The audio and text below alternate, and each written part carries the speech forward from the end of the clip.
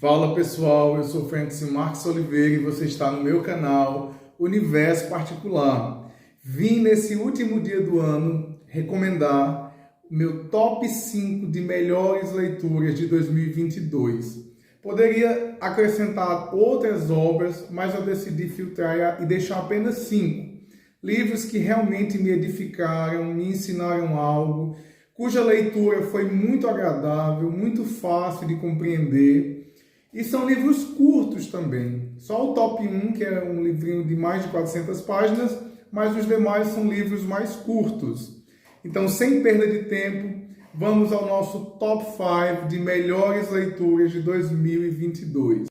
No meu top 5 está Clarice Lispector, com o livro Crônicas para Jovens de Escrita e Vida. Esse livro é uma coletânea de trechos de crônicas de Clarice Lispector, que ela escreveu para um jornal, onde ela vai refletir o porquê do fazer literário, né? O que a motivava a escrever e as próprias reflexões da escritora acerca do fazer literário. É um livrinho curto, 144 páginas apenas, da editora Rocco. Você lê assim em 2 dias. E é muito bom porque faz você refletir, né? Clarice Lispector, ela tinha essa característica de nos fazer pensar. Uma de suas frases, ela diz: escrever é também abençoar outra vida.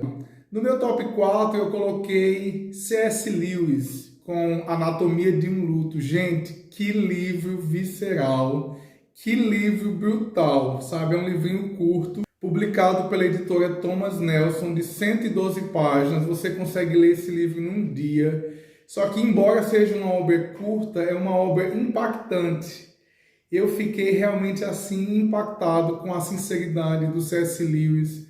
Quando ele perde a mulher dele, ele tem a necessidade de escrever para superar a sua dor, o seu luto, né? E uma das frases que mais me impactou o C.S. Lewis nessa obra é quando ele diz que o seu maior medo era esquecer a sua esposa, a sua forma real, né? A verdadeira mulher que conviveu com ele, porque com o passar do tempo, e a dor tem essa capacidade de fazer a gente imaginar. Então ele temia, será que realmente as memórias que eu tenho não são invenções minhas, ou realmente é o que ela era de fato? Então eu achei isso muitíssimo interessante. E é verdade, o tempo faz com que a gente comece a imaginar o passado. E nós começamos a inventar o passado, né? A nostalgia muitas vezes é um sentimento tão poderoso porque ele está entrelaçado com a fantasia, com o ideal que nós projetamos sobre o passado. E o que ele fala sobre a fé, sua crise de fé, as coisas que ele fala de Deus e contra Deus nessa obra, né? A revolta dele com a vida, sabe? É muito, muito forte esse livro. Só que no final ele reconhece a glória de Deus, né? C.S. Lewis é um autor cristão e no final da obra o coração dele é acalentado por Deus, é consolado por Deus. É um livro para você dar de presente para pessoas que estão passando pelo luto. Vale muito a pena ler essa obra do C.S. Lewis, de verdade. Eu escolhi um dos meus autores nacionais favoritos para ocupar a 3ª posição do top 5 de melhores leituras de 2022, com a obra A Barca dos Homens. Eu estou falando de Altran Dourado.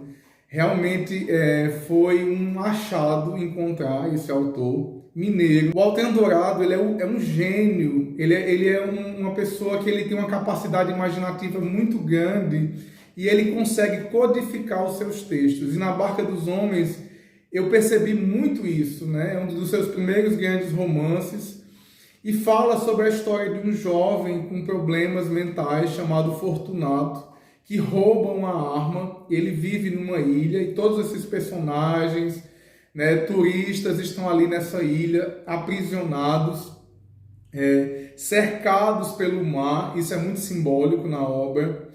E ele passa a ser um fugitivo, né? As pessoas começam a buscar esse Fortunato, ele tem uma mãe que se preocupa muito com ele. Então o Walter Andorado, ele pensa nas minúcias de sua obra, desde o nome das personagens, que dizem muito mais do que você possa imaginar, as ocupações dessas personagens, os lugares. Então o Walter Andorado, ele não coloca nada sem propósito na sua obra.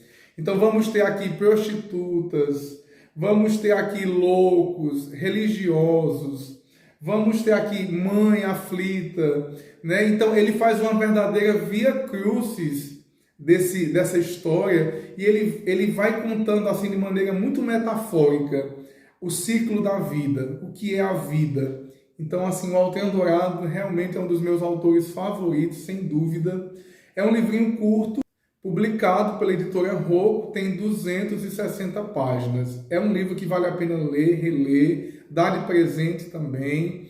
Ele é muito, embora ele seja simples na escrita, ele é muito profundo, né? O Walter Andorado, ele fala muito nas entrelinhas. Ele, pelo não dito, ele diz muito.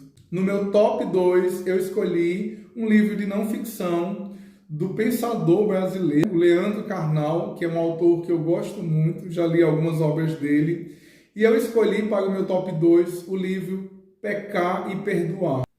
Nesse livro, o Leandro Carnal, né, ele usa toda a sua retórica, sua ironia. Quem conhece, quem acompanha o Leandro Carnal, percebe ali, né, a personalidade dele no livro, o tom irônico, debochado, e por incrível que pareça, é um ateu falando sobre as coisas da Bíblia, sobre a fé, sobre o legado judaico-cristão, desse símbolo que está tão na nossa cabeça, né, do pecado e do perdão. E por incrível que pareça, eu me senti muito abençoado, muito edificado lendo esse livro.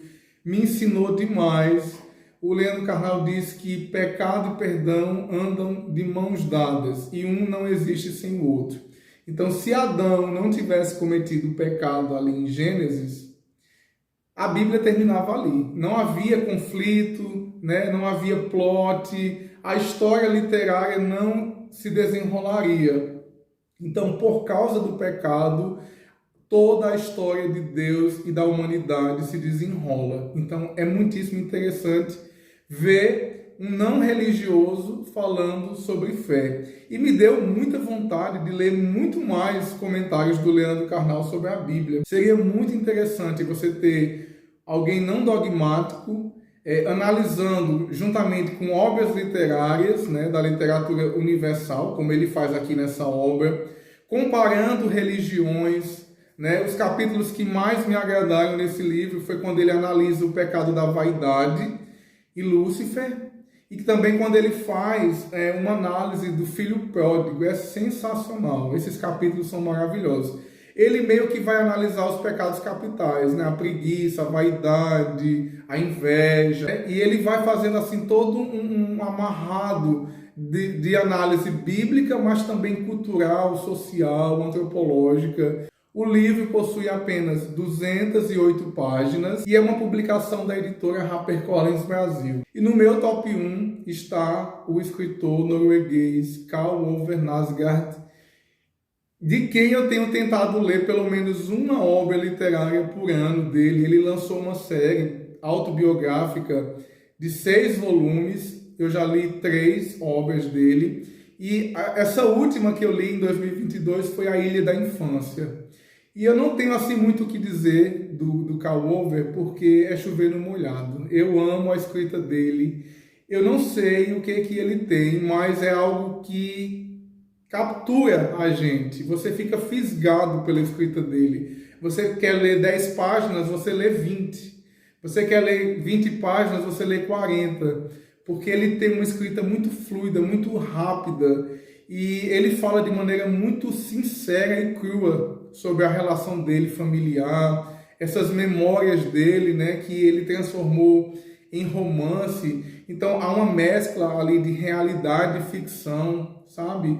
E é muito interessante o que o autor faz. E é alguém que me tira da ressaca literária. O Karl Ove, toda vez que eu estou com dificuldade de ler, que eu não estou querendo ler mais nada, eu pego um livro dele e começo a ler e me volta aquela vontade de ler um livro atrás do outro.